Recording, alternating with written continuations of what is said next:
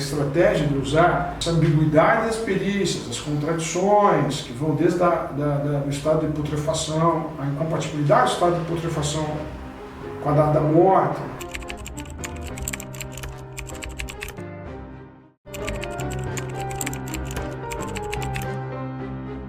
No caso da Irlanda, nós temos uma série de perícias encadeadas e a maioria delas imprestáveis. Os erros periciais que aconteceram no caso Evandro, alguns são grosseiros.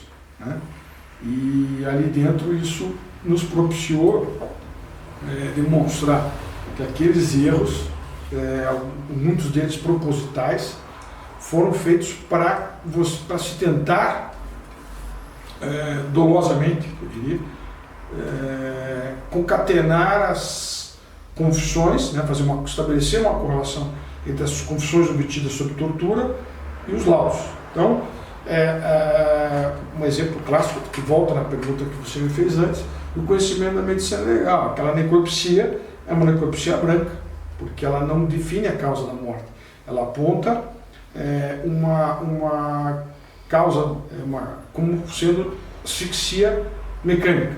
Bom, asfixia mecânica diz tudo e diz nada, porque se você não tem a espécie da asfixia mecânica, enforcamento, esganadura, o próprio estrangulamento, mas ela diz também com as causas culposas. Uma pessoa que cai num riacho, se afoga, morre por asfixia mecânica.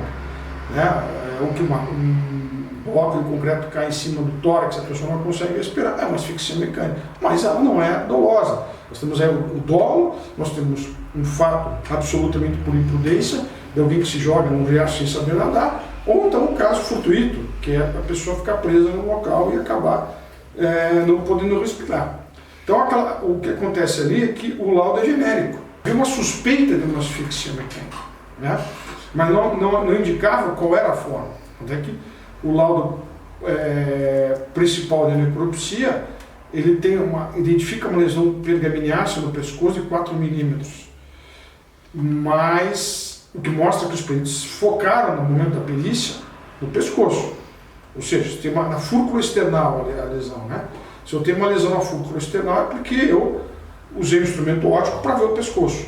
E ele disse para mim: doutor, uma lesão de 0,5 milímetro no laudo só pode ser feita com vista com instrumento óptico.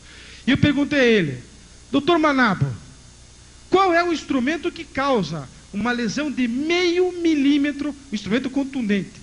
E ele me disse: um soco pode causar uma lesão de 0,5 milímetro, ou uma batida no canto da mesa. 0,5 milímetro. Aí o doutor Celso: eu quero que tragam ao júri imediatamente os apontamentos do médico legista. Mas não pediu para trazer de exame de necropsia, pediu só do exame delas, Pediu só delas. Daí quando veio, ele não leu para os senhores, porque é 0,5 milímetro mesmo. Eles não examinaram essas mulheres. É uma vergonha o que foi feito. Não havia mais interesse em mostrar o que estava acontecendo. Eles não identificam o sulco no pescoço. Depois há uma discussão acadêmica sobre fotografia, se aquela estado de putrefação maior em determinada área do pescoço seria o uso da asfixia mecânica. Tudo isso por quê? Porque nas confissões há um termo técnico dos acusados dizendo que a criança morreu por asfixia mecânica.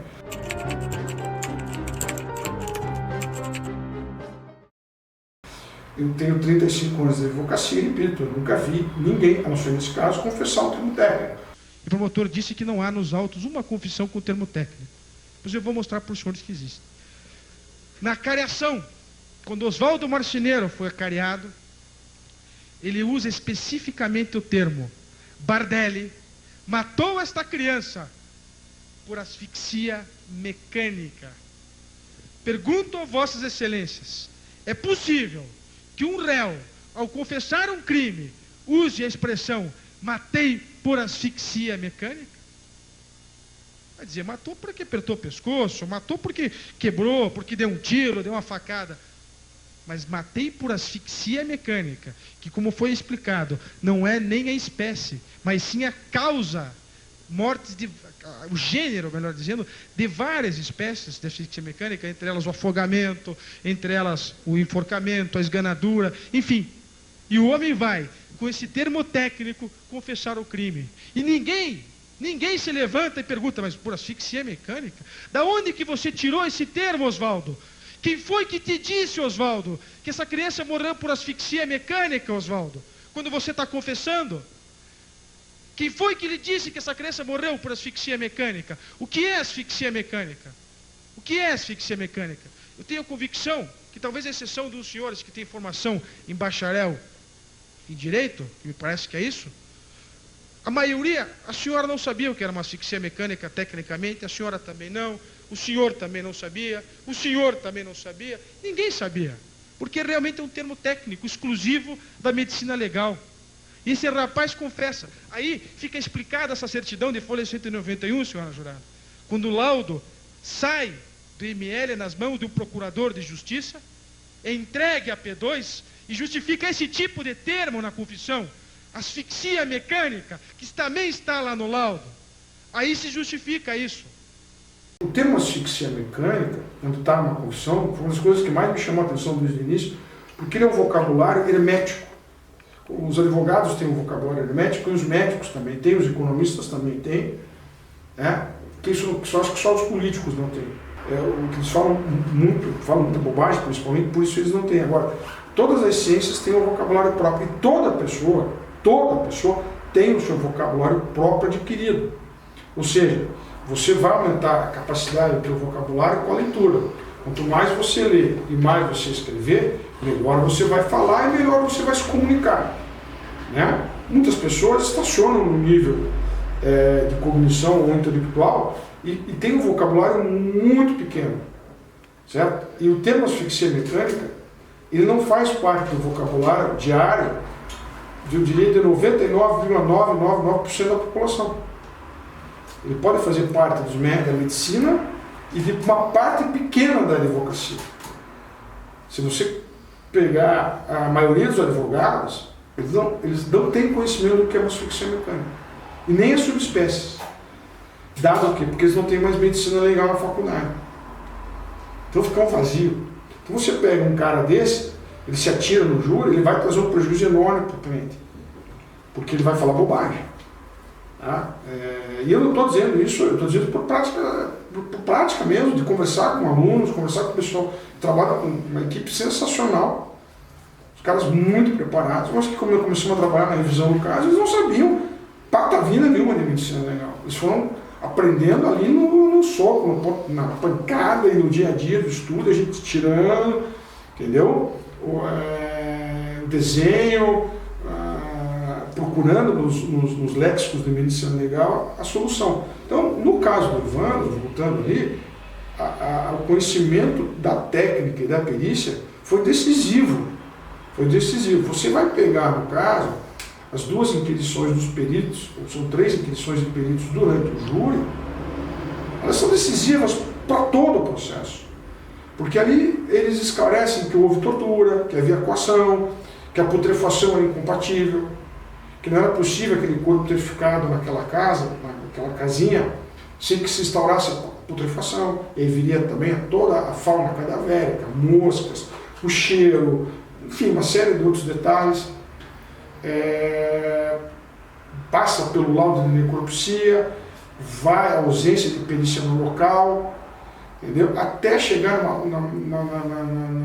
no carro, que não tinha nenhum resquício do garoto. Você veja a impossibilidade de você transportar um cadáver em putrefação colipativa dentro de um veículo e ele não deixar nenhum resquício, né? Não tem como, entendeu? Então são várias perícias que foram decisivas em relação não só à materialidade, mas especialmente em relação à autoria. O exame, os próprios controversos exames de DNA. Por que controverso? Porque hoje está provado que, nesse caso, o mesmo instituto que fez o DNA do Evandro errou no DNA do Leandro. Errou grosseiramente no Leandro. Disse que era uma menina e que não era filha da Paulina Boss. 30 anos depois, eles constatam que era um menino e que era filho da Paulina. Reconhecem 31 anos. Então como é que essa família fica no limbo durante 30 anos? Só que não identifica a causa da morte. Desde o armazenamento desse material dentro do Instituto Médico Legal. Tá? Tava no cofre, tava. Mas esse material estava junto. E aí você vai tentar fazer a correlação de cadeia de custódia com determinada ossada e você não consegue. Porque essas ossadas já se perderam. Elas foram sepultadas aqui no cemitério, acho que é Santa Cândida, e ninguém sabe qual é a sepultura. Então você não consegue pegar e dizer, olha, esse material sai daquela tal. Então, ou seja, não se possibilitou a família do garoto inumar os restos mortais do filho.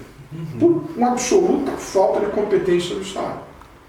Ah, claro, você está falando de 30 anos atrás. Todas essas questões que eu estou te falando, você vê, não só, o Evandro deu muita repercussão, porque ele era um caso de mídia. Então ele tinha política, tinha criança, tinha mulher, tinha tortura, tinha bruxa, né? A bruxa é o capitão. Então tinha tudo para fazer o que faz. As falhas das perícias, né? A contradição das perícias, certo? Elas eram vultuosas, elas não são, e geraram no espírito do corpo de sentença muita dúvida em relação àquilo.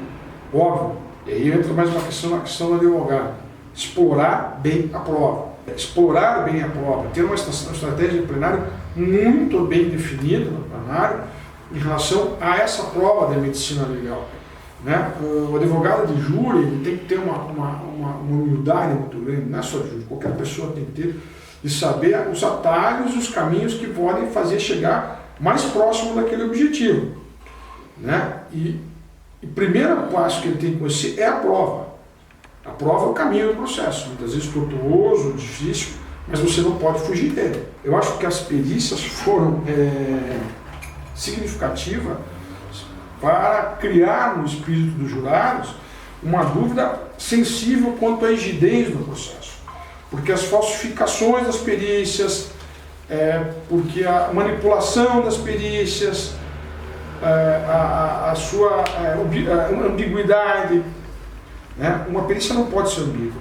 O perito ele tem que dizer fatos objetivos.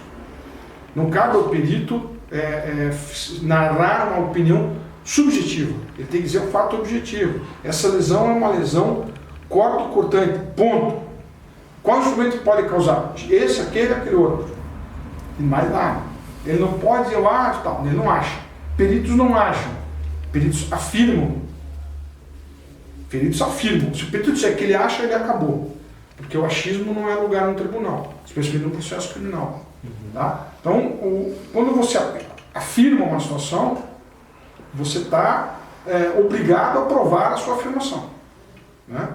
Então, normalmente, o ônus da prova é do Ministério Público. Né? E os institutos de criminalística, não são, ao contrário do que se possa pensar, auxiliares do Ministério Público. São auxiliares do processo, do juiz e do Estado. Esse fato não ocorreu na serraria. Está provado. Entendeu? É uma insistência burra da acusação.